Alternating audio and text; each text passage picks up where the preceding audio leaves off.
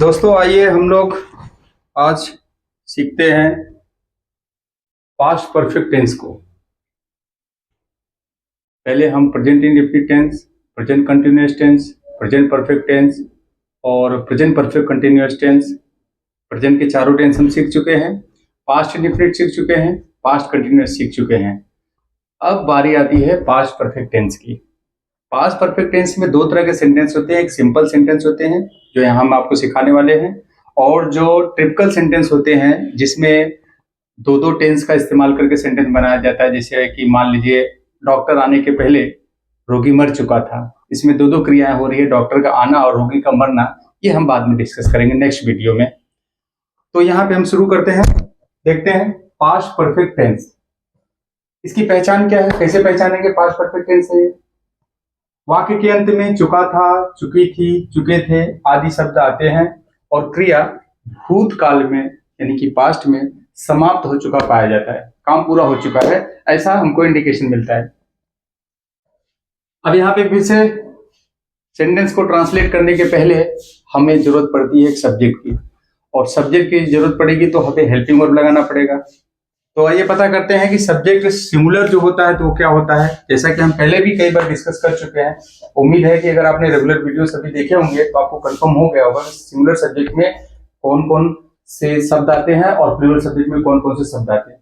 कहीं कहीं पे थोड़ा फेरबदल हो जाता है। जैसे पास्ट कंटिन्यूअस में आपने देखा होगा आई को सिंगुलर के रूप में लिया गया है, आई के साथ वाज दिया गया है। और प्रेजेंट कंटिन्यूअस में देखा है कि आई के लिए एक अलग हेल्पिंग वर्ब एम लगाया हुआ है। लेकिन यहाँ पे सिंगुलर सब्जेक्ट हो या प्लूरल सब्जेक्ट हो, दोनों को हम क्लियर कर देंगे, बट उनके साथ हेल्पिंग वर्ब एक ही आने वाली है।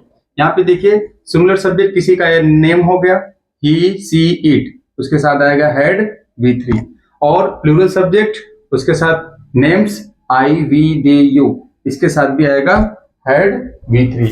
यानी कि सब्जेक्ट सिंगुलर हो चाहे प्लूरल हो, दोनों के साथ आएगा आपका हैड प्लस V3।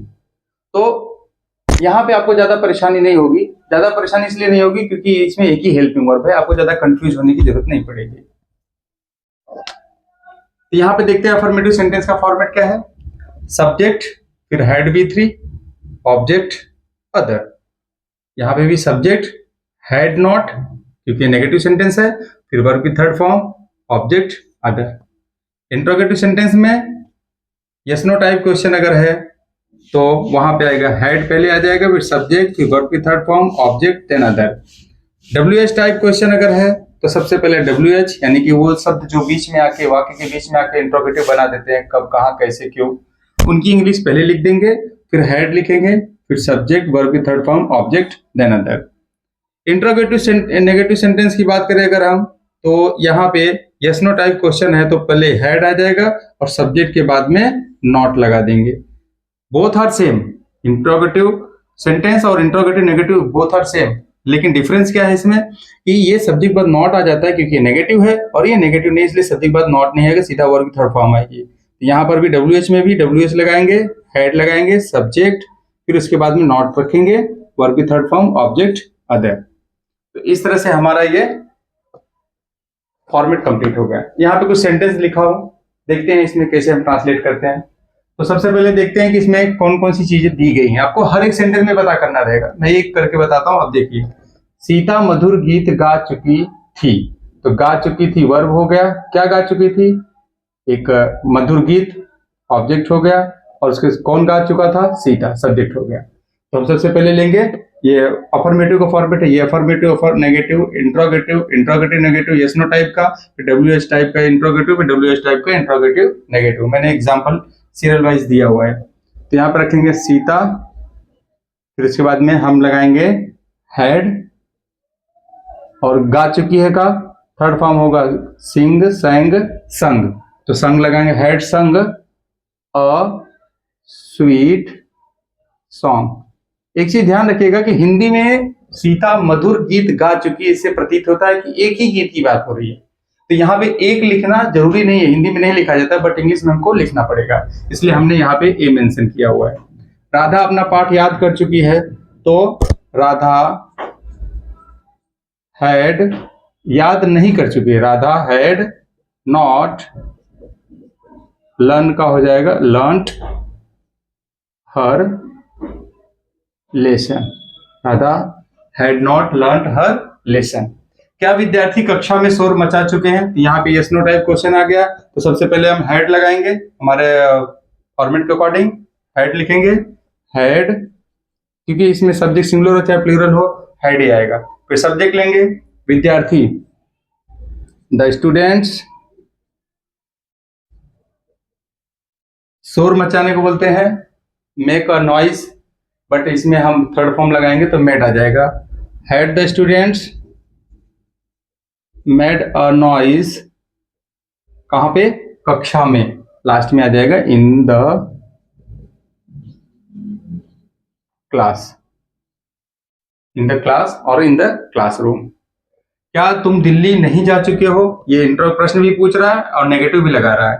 इसमें सबसे पहले लिखेंगे हैड यू, सब्जेक्ट बाद में नॉट, क्योंकि हमारे यहाँ फॉर्मेट में दिया है had subject not, had you not, चाहने को होगा गॉन, गो, वेंट, गॉन, तो थर्ड फॉर्म लगाएंगे gone, had you not gone to Delhi. Question mark देना मत भूलिए। तुम कहाँ रह चुके थे? तुम कहाँ रह चुके थे? तो यहाँ पे ये शब्द बीच में आके इसको इंट्रोगेटिव बना दे रहा है, इट मींस ये WH टाइप क्वेश्चन है। तो सबसे पहले हम यहाँ पे इसकी इंग्लिश लिखेंगे, तो कहाँ को इंग्लिश में क्या बोलते हैं? वेयर। ऐसे दूसरे भी शब्द आएंगे जिसे कब, कैसे, और मतलब ऐसे कई सारे शब्द आते हैं जो आप फेस करते हैं, उनकी इंग्लिश पहले आपको लगाना है।